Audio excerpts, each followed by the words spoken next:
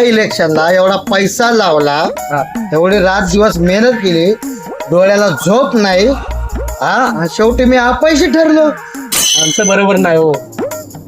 या इलेक्शन मध्ये ना पुढच्या टायमाला उभा राहू का नाही राहू असं झालेलं. नमस्कार साहेब.